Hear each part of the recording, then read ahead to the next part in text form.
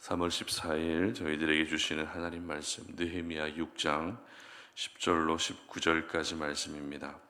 이후에 무헤다벨의 손자 들라야의 아들 스마야가 두문 불출하기로 내가 그 집에 가니 그가 이르기를 그들이 너를 죽이러 올 터이니 우리가 하나님의 전으로 가서 외소 안에 머물고 그 문을 닫자. 저들이 반드시 밤에 와서 너를 죽이기라 하기로 내가 이르기를 나 같은 자가 어찌 도망하며 나 같은 몸이면 누가 외소에 들어가서 생명을 보존하겠느냐. 나는 들어가지 않겠노라 하고 깨달은즉 그는 하나님께서 보내신 바가 아니라 도비아와 산발랏에게 뇌물을 받고 내게 이런 예언을 함이라. 그들이 뇌물을 준 까닭은 나를 두렵게 하고 이렇게 함으로 범죄하게 하고 악한 말을 지어 나를 비방하려 함이었느니라. 내 하나님이여 도비아와 산발랏과 여선지인 노아데와 그 남은 선지자들 곧 나를 두렵게 하고자 한 자들의 소행을 기억하옵소서 하였노라. 성벽 역사가 52일 만인 엘룰월 25일에 끝남에 우리의 모든 대적과 주위에 있는 이방 족속들이 이를 듣고 다 두려워하여 크게 낙담하였으니 그들이 우리 하나님께서 이 역사를 이루신 것을 알미니라. 또한 그때에 유다의 귀족들이 여러 번 도비아에게 편지하였고 도비아의 편지도 그들에게 이르렀으니 도비아는 아라의 아들 스가냐의 사위가 되었고 도비아의 아들 여호하난도 베레기야의 아들 무술람의 딸을 아내로 맞이하였으므로 유다에서 그와 동맹한 자가 많음이라. 그들이 도비아의 선행을 내 앞에 말하고 또 내 말도 그에게 전하매 도비아가 내게 편지하여 나를 두렵게 하고자 하였느니라. 아멘. 꿈은 이루어진다라는 제목으로 오늘 아침 말씀 전합니다. 꿈은 이루어진다. 우리에게 참 익숙한 표현이죠. 2002년 월드컵 당시 독일과의 4강전에서 관중과 국민들이 하나가 되어 보여주었던 응원 문구가 꿈은 이루어진다라는 문구입니다. 그리고 그 후로 다양한 분야와 영역에서 이 꿈은 이루어진다라는 표현을 자주 사용하게 됐습니다. 꿈은 이루어진다라는 말이 담고 있는 의미는 마음으로 간절하게 소망하고 바라고 있는 것이 결국에는 이루어진다라는 뜻입니다. 그리고 내가 가지고 있는 기준과 나의 상황으로 봤을 때 절대 실현 불가능하게 여겨지던 것이 이루어진다라는 뜻이기도 합니다. 오늘 본문은 드디어 성벽 공사가 끝났다라는 내용을 기록하고 있습니다. 성전을 보호하기 위해 건축된 성벽이었죠. 예루살렘 주민들을 또 보호하기 위해서 건축된 성벽이 드디어 공사가 마쳤다라는 것입니다. 이에 대해서 기록하고 있는 본문 15절 말씀을 한번 읽어보도록 합니다. 성벽 역사가 52일 만인 엘룰월 25일에 끝남에. 아멘. 52일 만에 성벽 공사가 끝났다는 것입니다. 여러분, 52일 만에 성벽 공사가 끝났다라는 것이 여러분이 보시기에 길게 걸렸다라고 보여지십니까? 아니면 짧게 공사 기간이 소요됐다라고 보여지십니까? 어찌 보면 길게 걸린 것 같기도 하고 또 한편으로는 짧게 걸린 것 같다라는 생각이 들 수 있는데요.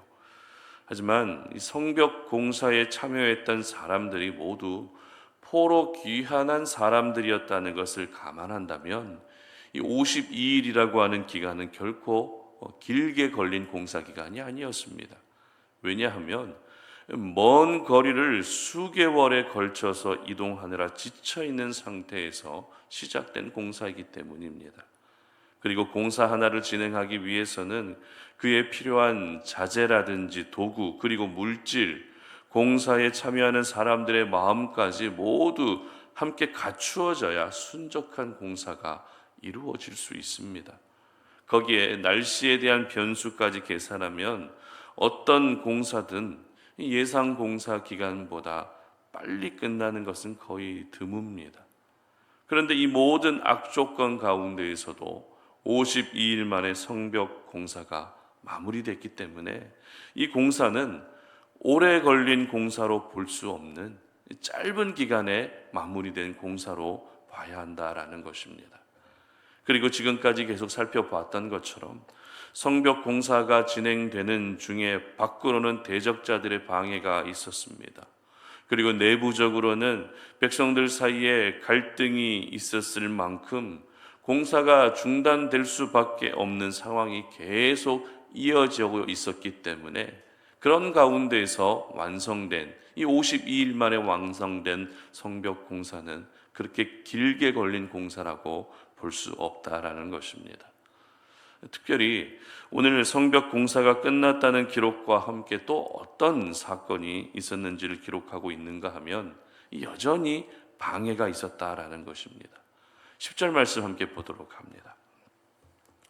이후에 무헤다벨의 손자 들라야의 아들 스마야가 두문불칠하기로 내가 그 집에 가니 그가 이르기를 그들이 너를 죽이러 올 터이니 우리가 하나님의 전으로 가서 외소 안에 머물고 그 문을 닫자. 저들이 반드시 밤에 와서 너를 죽이기라 하기로. 아멘. 자, 이 부분에 대해서 간단하게 말씀드리면 이 스마야라는 사람이 대적자들에게 매수당합니다. 그리고 느헤미야가 범죄하도록 같이 일을 꾸미게 되는데요. 어떤 죄를 짓게 했는가 하면 대적자들이 너를 죽이러 올 것이기 때문에 성전의 외소라고 하는 장소에 숨어 있으라고 이렇게 이야기합니다. 이 부분만 보면 그래도 스마야가 느헤미야를 살려주기 위해서 방법을 제시했구나 이렇게 생각할 수 있습니다. 그러나 스마야는 이미 산발락과 도비아와 같은 대적자들에게 매수를 당해 있는 상태였습니다. 그리고 살 수 있는 방법으로 제시했던 외소에 머무는 것은 대제사장이 아닌 일반 백성들의 신분으로는 절대 들어갈 수 없는 공간이었습니다. 아무리 느헤미야가 총독이고 지도자라 할지라도 외소에 들어가는 것은 금지되어 있었습니다. 그런데 스마야는 느헤미야를 위하는 척 하면서 외소에 들어가도록 했고 결국 율법을 어기는 행동을 하게 함으로써 느헤미야를 백성들 앞에서 신뢰를 잃게 만들려고 했던 것입니다. 그러나 하나님의 사람 느헤미야는 이 모든 것이 자신을 함정에 빠뜨리기 위한 스마야와 대적들의 계략이라는 것을 바로 눈치챕니다. 12절 말씀 보시기 바랍니다. 깨달은즉 그는 하나님께서 보내신 바가 아니라 도비아와 산발랏에게 뇌물을 받고 내게 이런 예언을 함이라. 아멘. 깨달았다라고 기록하고 있죠. 깨달았다는 것은 주의한다, 분별한다 이런 뜻입니다. 그러니까 느헤미야는 스마야의 말만 듣고 자신의 목숨을 부지하기 위해서 성전의 외소로 그냥 무작정 들어가지 않았다라는 것입니다. 자신의 생명이 걸려있는 중대한 상황에서 더욱더 주의를 기울였고 결국 분별해냈다는 것입니다. 이것이 바로 깨달았다는 의미입니다. 그렇습니다.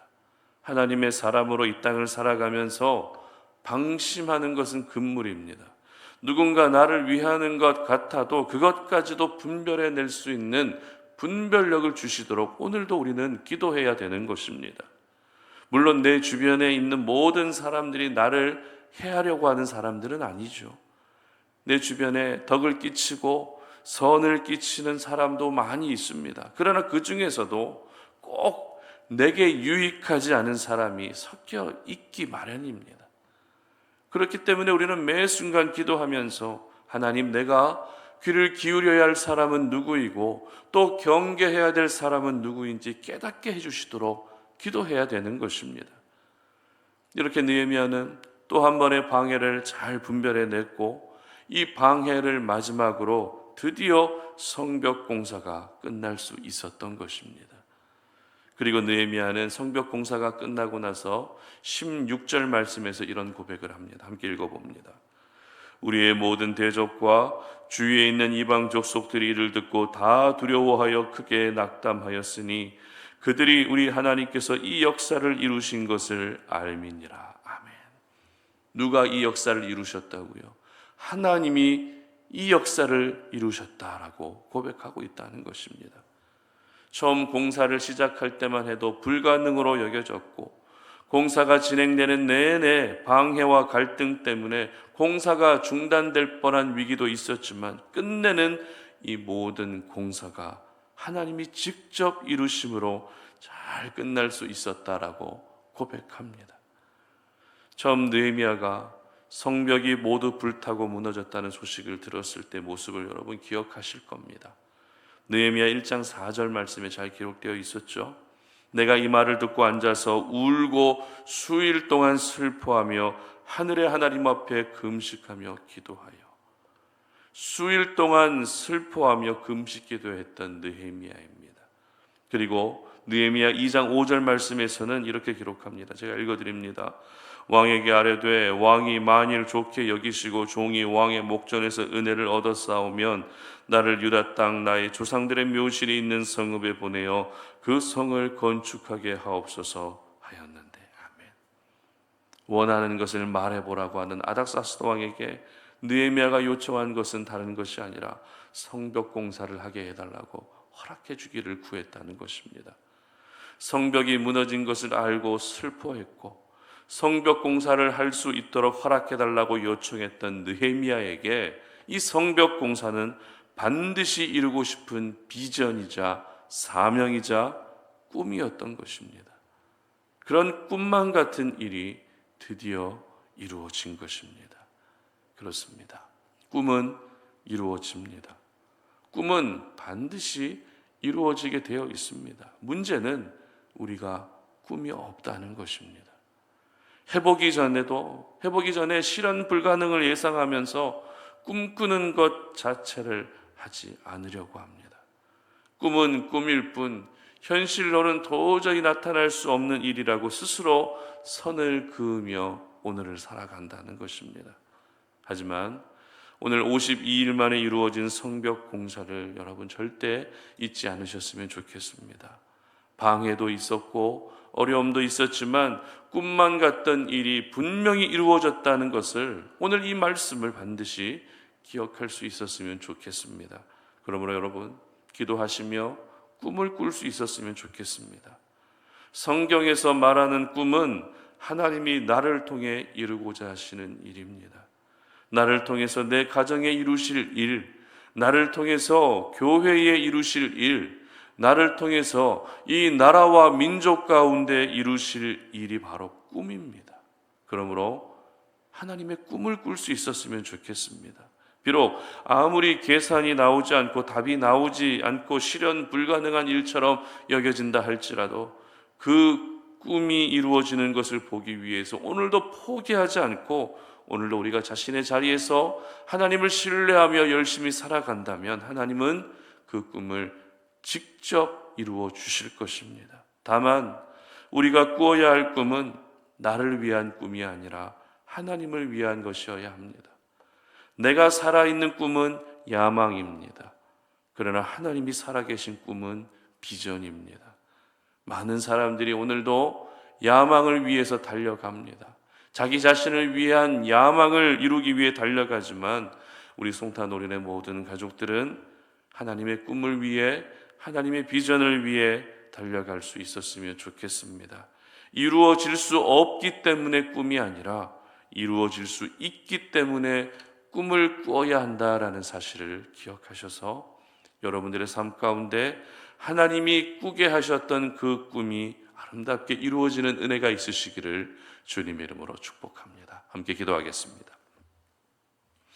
하나님 감사합니다. 오늘도 이 아침에 우리가 주님 앞에 나와 기도하며 하나님이 허락하신 이 소중한 날을 시작합니다. 우리가 이 날을 시작하면서 먼저 주님 앞에 기도하며 꿈을 꾸며 오늘을 시작하고 싶습니다. 이루어질 수 없는 꿈으로 여겨지는 것이 아니라 하나님이 나와 함께 하시고 하나님의 은혜 베풀어 주시면 꿈은 반드시 이루어질 수 있다는 사실을 기억하며 하나님이 내게 꾸게 하신 그 꿈을 바라보고 그 꿈이 이루어지기 위해 오늘도 거룩한 수고를 감당하며 주님을 바라볼 수 있는 저희들 될 수 있도록 도와주시옵소서. 꿈이 없는 사람으로 살아가지 않게 하시고 비록 보잘것없는 꿈이라 할지라도 그 꿈이 하나님을 위한 꿈이라면 그 그 꿈이 반드시 이루어질 것들을 소망하고 오늘도 주어진 자리에서 승리하며 살아갈 수 있도록 도와주시옵소서. 그래서 나를 통해 하나님이 우리 가정에 놀라운 일들을 이루어 주시고, 나를 통해 주님의 몸된 교회 가운데 놀라운 일을 이루어 주시며, 나를 통해 내가 일하고 있는 일터와 이 나라와 민족 가운데에도 하나님께서 이루어 주실 그 꿈이 반드시 성취되게 하여 주시옵소서. 감사드리며 예수님의 이름으로 기도드립니다. 아멘.